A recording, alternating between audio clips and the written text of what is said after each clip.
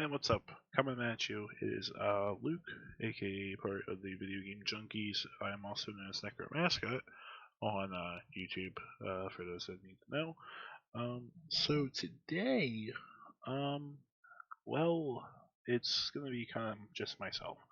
I decided I was gonna do a little bit of talking about the whole Evo kind of getting canceled and being forced to do online, which would explain the background that you're seeing.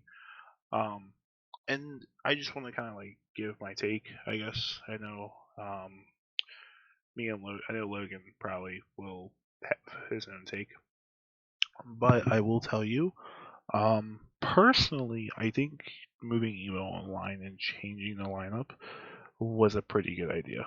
Um, Judging from what the lineup is now, per se, I would say between Killer Instinct. Actually, let me pull this up real quick because I know it is quite important, and I don't want to mess anything up. Evo Online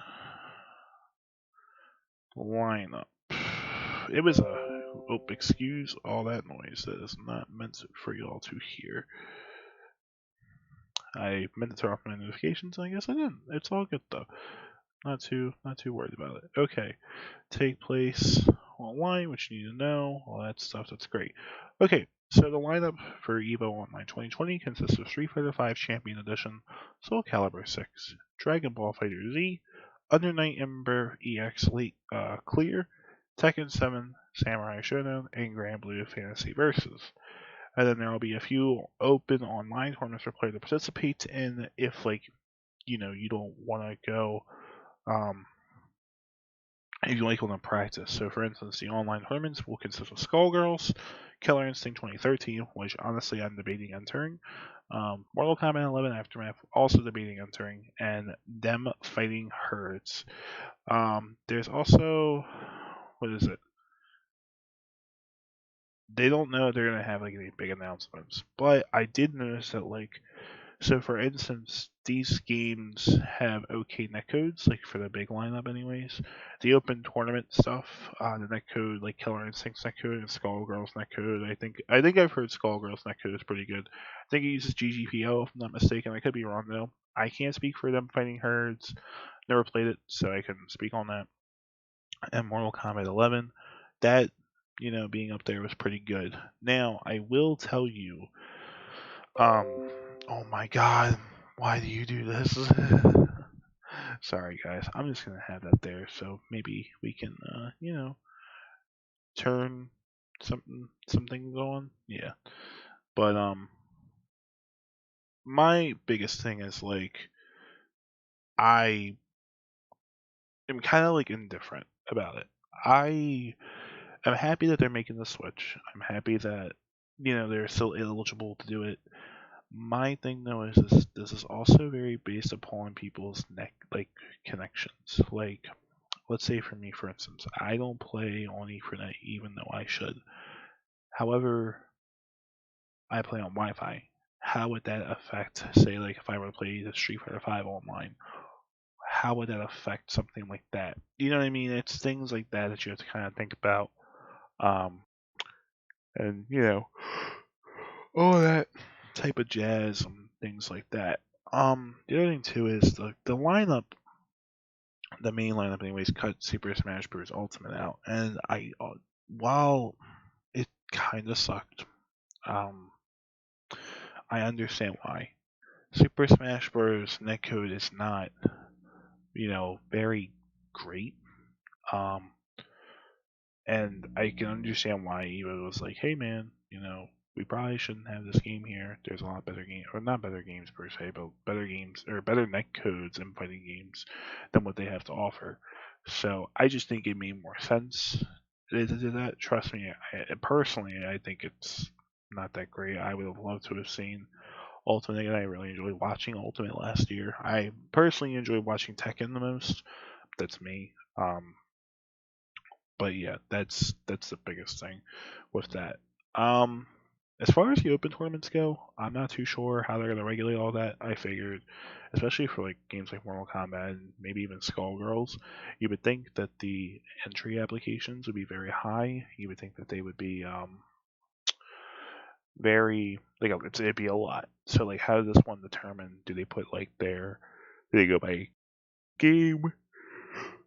Excuse me. Do they go by um? Would they go by like console? Would they go by you know their gamer tags if they use like something else? Things like that. I think also play a factor. I'm sure they have a thing like a system set down. They know that they're gonna do and figure things out. But like from a fan perspective, who's watched Evo now for the past like 4 to 5 years, it's just different. To like I said, it's just a lot different. Also, we're not getting Marvel vs. Capcom 2 at Evo this year. I'm kind of bummed about that now. We were supposed to, and then I didn't see it on the lineup. I'm looking at the lineup, and I still don't see it. Um, so we cannot guarantee that there will be what is it? That in there. I don't see it anywhere on this list that I'm looking at, but it just kind of sucks. It's a game that I really enjoyed playing growing up and have learned to appreciate and play more as time went on. I eventually bought a copy for the Dreamcast, and I was playing on the Dreamcast, and I was having a lot of fun. So, personally, to me, it felt like it just sucked for the people who were super excited for it. I was one of those people, I'm not gonna lie. But things happen, unfortunately. The virus, it is what it is. And honestly, like, I'm not saying that, like, it could be terrible. I don't think Evo Online is going to be terrible, but it's going to be different. And having the same type of viewership at home will not really grant the full, like, what's what I'm looking for?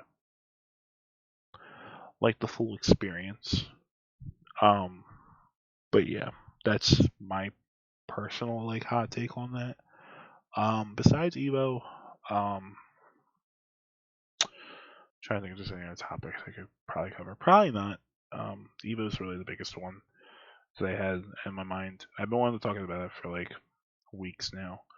Um, but I figured before I, hit the hay, I figured, hey, you know what? Why not?